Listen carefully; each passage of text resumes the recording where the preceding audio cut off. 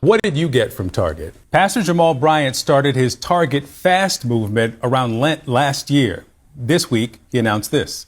The immediate Target fast has come to an end. But leaders of a boycott effort that started in Minneapolis, where Target is headquartered, say Pastor Bryant does not speak for them. Why did you end your effort? Initially, the fast was just supposed to be 40 days. It has gone a year. With the previous CEO, we weren't able to make any headway or push forward. With the new one, we were able to begin talks. I was very, I thought clear, I was not, that the fast was coming to an end. But the boycott is continuing. You got Target to fulfill 3 of your 4 demands. Yes. One of them was that Target should reinstate all programs promoting diversity, equity, and inclusion. A reimagining of DEI. What does that mean? Is under this administration, diversity, equity, inclusion is illegal. They changed it to belonging. So if it's illegal and all the other companies had to roll back DEI, why specifically was Target being targeted when this was like a nationwide thing that was going on? That was always my question with the boycott. Target announced their belonging policy January 24th, 2025, a month before you launched the fast. So how is this belonging policy dissatisfactory in March of 2025 enough so that you launch a fast, but it's satisfactory enough in March of 2026 to end it? A lot has happened in this last year from when I first came to announce it. 13% of their board is African Americans. They have a pipeline to take those from entry level to C-suites. But those who have driven extra miles to go past Target, those who have logged off from online spending, those who have cut up their Target credit cards, says it's much bigger than that one issue. That policy was in place before you launched your fast. Yes. So if it wasn't good enough then, how is that same policy good enough now? Yeah, what I am saying to you, it is not good enough, is that they want larger numbers, they want a larger incubator, they want a larger footprint. So you acknowledge now that since the video, since calling off the fast, that that is not something that you can check off as a win? No. Okay. Yes. So now you've got 2 of the 4. Yes. Okay. What did you get from Target? Yes, absolutely nothing. And He got his wife's dress. That's why he called it off, because that's where his wife's dress came from that everybody was upset about. I am proud of that we've got clean hands in it, that none of my colleagues received anything. My church didn't receive anything. None of my associates received anything. Go in or stay out, but I'm grateful unto God. It's open. You going in or you staying out? I'm staying out with the people. The overwhelming majority of what it is that we're hearing is that it doesn't matter, that they don't plan on going back. And so I think we've got to recalibrate what is the tactic and what is the end goal. Now, we hear him speaking about how the Target boycott is over, okay? And there's a little bit more of this interview. Next, we're going to hear... My biggest problem with Jamal Bryant is that he centers himself in everything. I thought Jamal Bryant started the Target boycott. I thought he did it with Nina Turner and Tamika Mallory. It was that the women came together, they brought him on to bring the church and, to make it more widespread and national and to have a bigger movement. He does this video where he claims that Target has met their 3 out of the 4 demands and he declares it over. How do you declare something over? You make yourself the face of it. You declare it over and you didn't start it.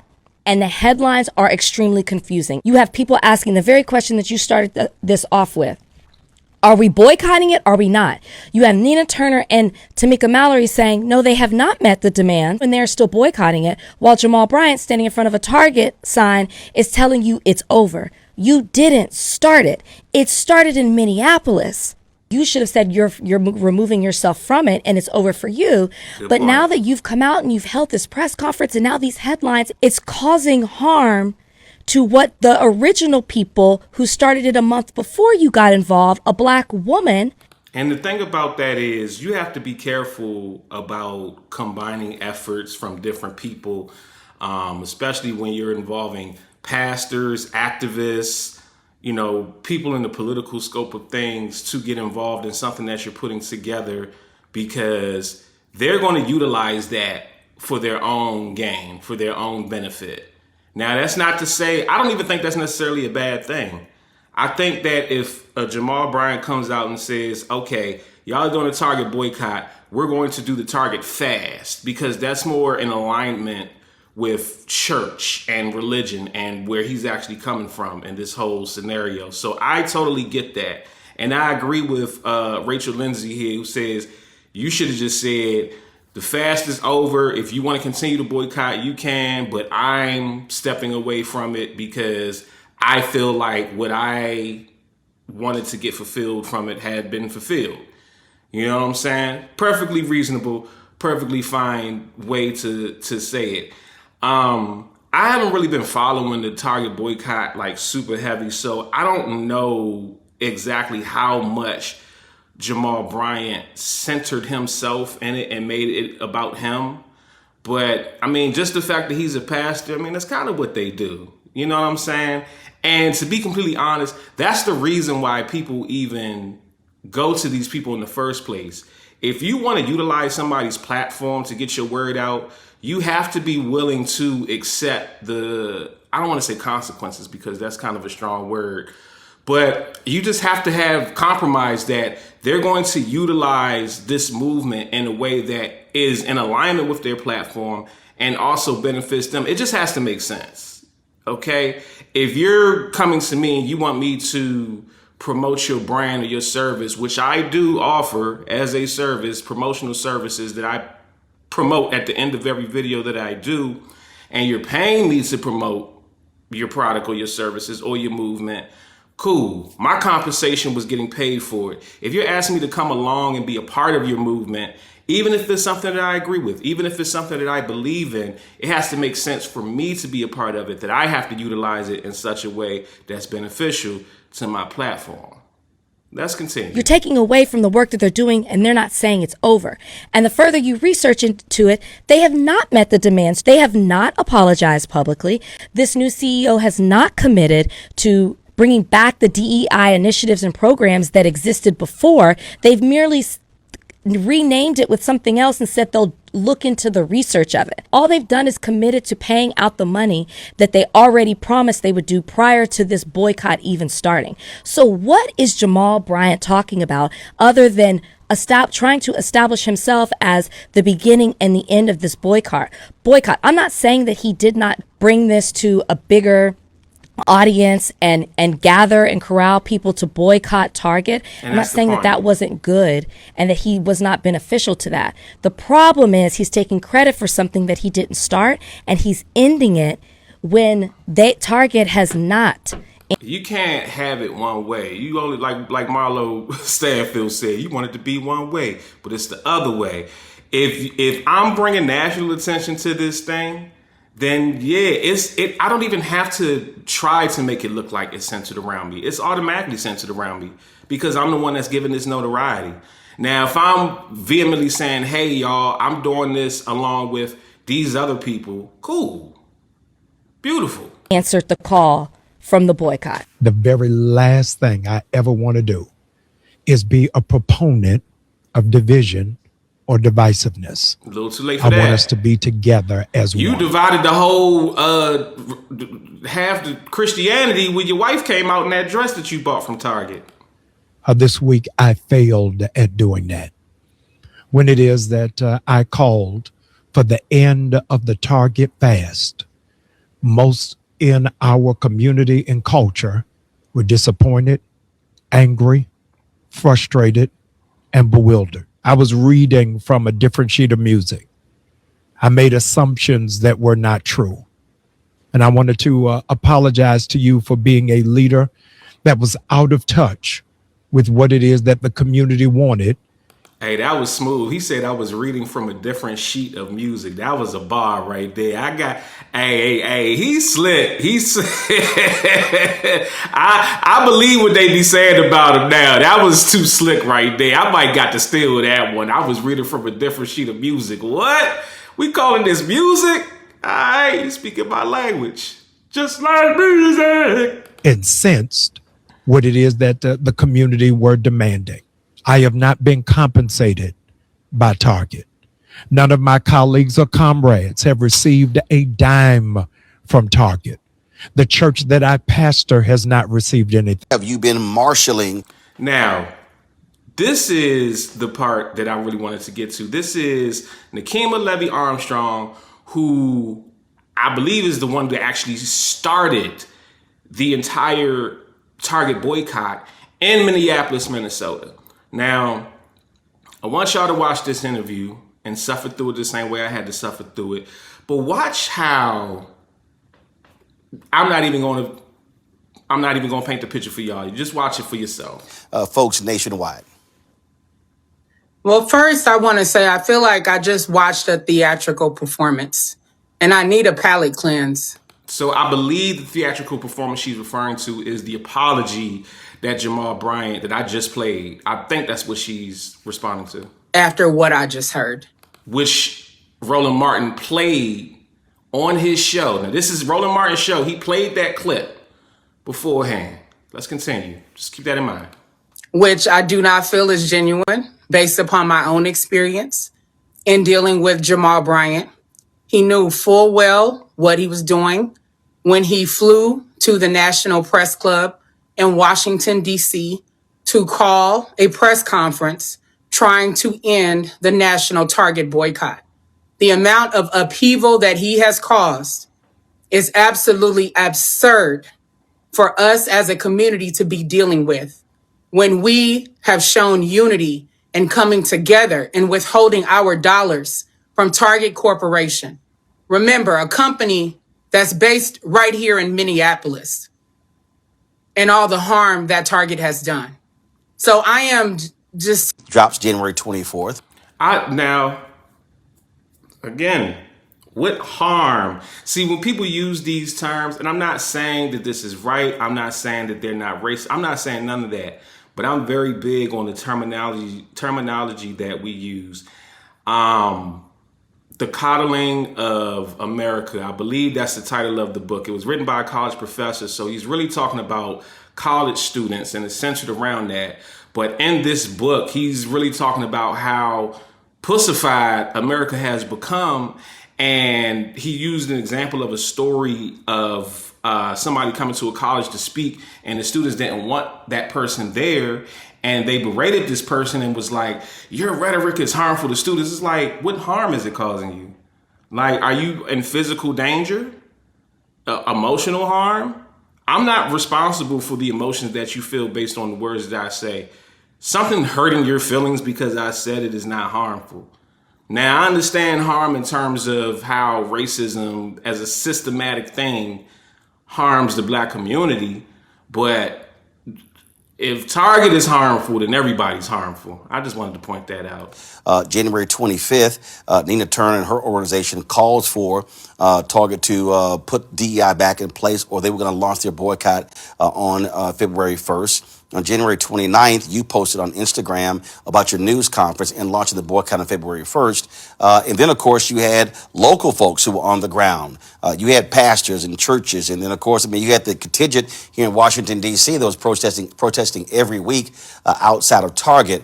So it wasn't... And we are the ones who live in the place where Target is headquartered. Let's not forget that. Because if any of these people had the power to call and sustain a boycott, then they could have done it in their cities. When you have places like Walmart, Amazon, many other companies that rolled back DEI, and all these people were silent. In our town, when things happen, guess what? We're boots on the ground right away. We don't have to be online calling for a boycott, because I understand that. That's around the country. But don't dilute the leadership of the people on the ground in Minnesota. Because you and I had a conversation about this very thing. And I told you at the time that Jamal, Tamika, and Nina are not credible. Okay. That is why I would not join the national coalition that you wanted to form in the middle of all of this. No, you and I had a conversation. You and I had a conversation. Well, we had a text or email. Right. No. No, I'm going to say what it is. I said to you that they're not credible, and they're not. No, I'm going to say what it is. Hold on one second. One second. I'm going to hold up 1 second. Nakima. Stand with this man in Washington trying to call for an end to the boycott. Now they're trying to save face talking about they're still in it. We don't need you in it. Go find something else to do with your time that doesn't involve confusing Black America at a time like this. How can you stand with this man in Washington, then turn around and say, oh, I'm still boycotting. Oh, my organization. No, you made a choice. And I told you why. I said, no, I got you. Work with them. And they don't have integrity, Roland. And as you just saw this week, that is a clear example of them not having integrity. So I'm asking you this. Why would Tamika and Nina show up in Washington when this man's agenda was to call for an end to the boycott? Now they're backtracking, claiming the boycott is still on. We don't need this kind of confusion in our community. They can, if they have all this organizing prowess that they claim, then prove it and show us what else you can do.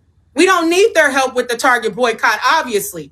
And if the Target boycott wasn't successful, you wouldn't have a divide and conquer strategy where they're sitting here meeting with white leadership from Target, calling for an end to the boycott and nothing to show for our community. So the question, it's a bunch of garbage. So I'm gonna go back. It's not from serious. Serious people don't do things like this. And I'm gonna go back to the original. I'm gonna go back to the original question. Do serious people just talk in a stream of consciousness like this? Like, imagine trying to sit down at a table and hash out negotiations with somebody like this. You might have started it. I get that. I totally get that. Minneapolis is not one of the biggest markets. So when it spreads to other cities and it becomes a national thing, like, this is the work that these people did. So to sit here and say that they're fake, this, that, and the third, and all this other, like, I understand it that you're passionate about it, but a lot of people, and this is what I was said, I'm not even gonna paint the picture for y'all, I'm gonna just let y'all watch it yourself. We need to get people to keep their emotions in check. We need to, because nobody's gonna take this serious, and it becomes chaotic. You're on this man's show over talking him when he is also giving you a platform, and you're going off, and I get it. I understand the frustration, but just this is not the way to represent yourself, sisters. Well, the first one is that the most obvious one is that Target reverses its decision to roll back diversity, equity, and inclusion. Which every other company did. Because Trump and them tried to make the shit illegal. And even if that was outside of the timeline of them doing that, a lot of people rolled back DEI. It wasn't Target specifically saying, you know what, let's just not do that DEI thing. Everybody was doing that. But what was that should be obvious. The second demand is for Target to account for the $2.1 billion that it pledged in 2021 in the aftermath of the killing of George Floyd. Our third demand. Okay, now what happened to that money? And when they said they pledged it to what? Pledged it to who? Did you give $2.1 billion to the family of George Floyd? Like, somebody get Steve Jackson on the phone so we can figure out where this money's at. Did the Floyd family get it? Has to do with Target's involvement in increasing the incarceration rate in Hennepin County, Minnesota, leading to a young man by the name of Mahdi Ali, a young immigrant who at 16 years old wound up in prison for 2 murders he did not commit. Target had contributed funds to the Hennepin County Attorney's Office, and they said, we don't just want arrests, we want convictions. And then they sent 2 forensic analysts to testify at his. So the question is, who is allowed to participate? That's messed up. That's pretty fucked up. So if there are other organizations, everybody else. No, 1 second. No, 1 second. Hold on, Nakima, 1 second. If there are organizations, if they're out there who want to participate, what is the process to bring them into the fold? They're more than welcome to participate. The process is to continue getting the word out that the boycott is still going on. No, here's my individual communities.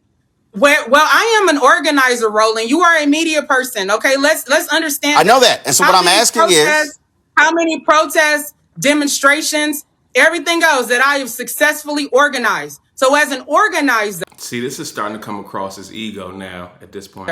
understanding decentralized leadership, it's asking people, well, number one, continue to spread the word in your networks and in your community that the Target boycott is still going on. And as a matter of fact, to double down. Number two, if people want to organize actions within their community, we'll find ourselves in the exact same situation because the vast majority of the people helping to lead in their cities actually have integrity and are operating with integrity. Did you see any of them calling a press conference in Washington, D.C. trying to end the boycott? No, what you see is collective action. People using social media to get the word out, people holding demonstrations like they've been doing in Washington, D.C. in front of Target to get the word out, people working through their networks, people sending letters to Target, writing op-eds, withholding their spending. So right underneath her name, it just says she's a civil rights attorney. Now it makes sense. Now I tell, okay, all right. Now that loud and proud is, you can't make this shit up. In other places to shop, even when Reverend Al Sharpton was taking people into Costco as a part of the strategy. That is not the same as what Jamal Bryant, Nina Turner, and Tamika Mallory have done. So please don't try to conflate the two. No, I'm not. No, actually, I'm not. I'm not conflating. I'm not conflating I'm not the two. talking about organic organizing, Right. which is what people are doing, and some people have taken meetings with Target, letting us watch the theatrical performance. First of all, Nakima. First of all, this is my show, and I covered that today. No, Nakima, one second, Nakima.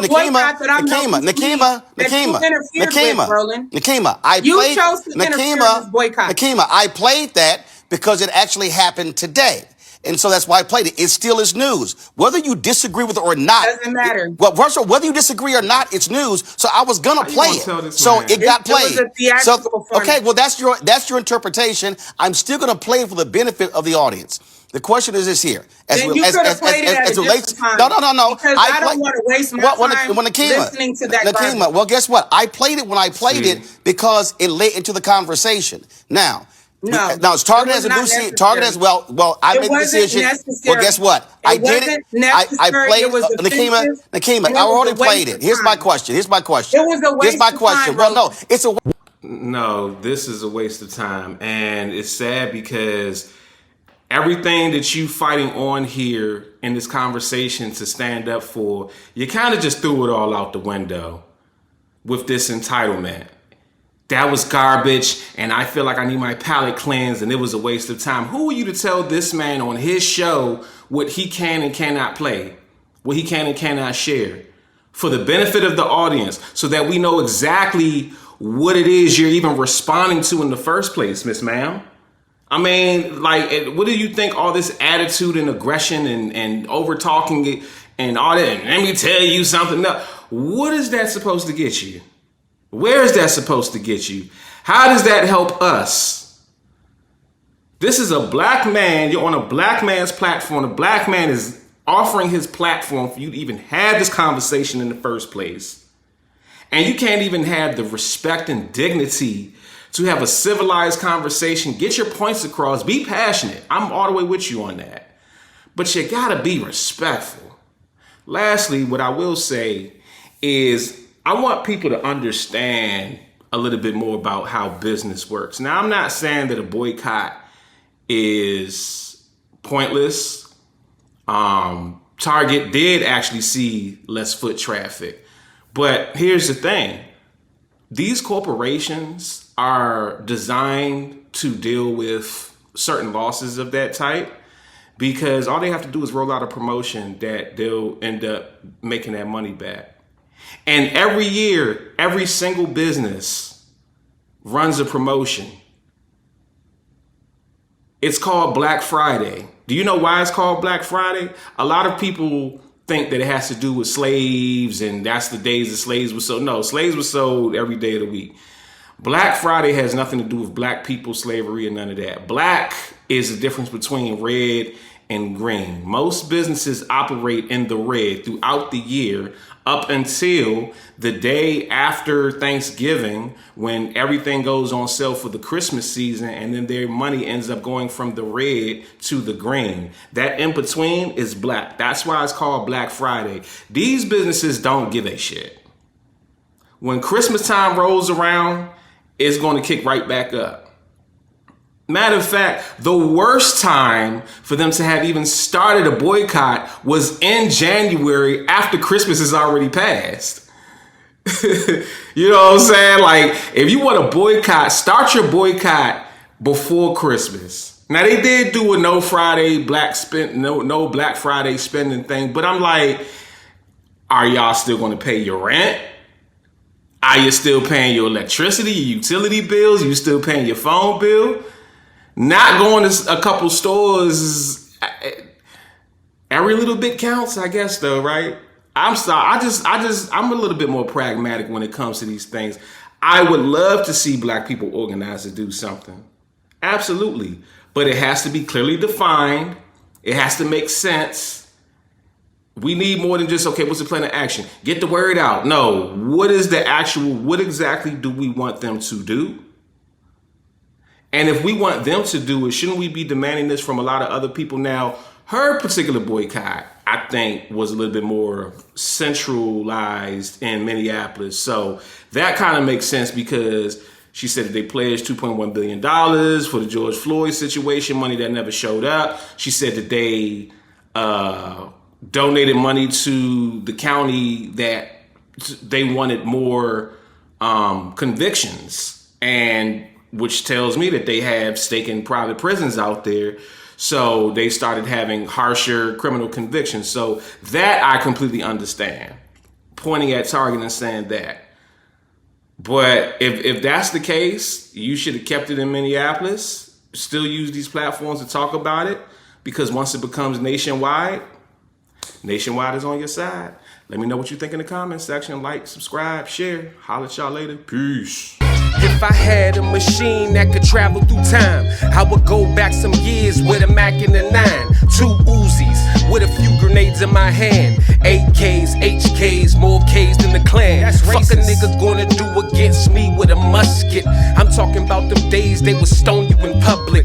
You probably go back in time to meet Jesus Christ. I'd ask Jesus for help to steal Judas Ice. Amen. You got music, you got a business, you got a product or service, but you're not making enough money off of it because you don't have enough exposure. DM or email me right now to get promoted on my platforms. I have 850,000 subscribers on YouTube. I have 460,000 followers on Instagram. I have the following that you want to get seen in front of. I was able to increase the sales of this Amazon book off of a YouTube sponsorship with just 30,000 views. And I was able to give this artist 15,000 views with the Instagram repost in less than 24 hours. So DM or email me at bookingcranklucas@gmail.com right now to get more exposure and more money for your business.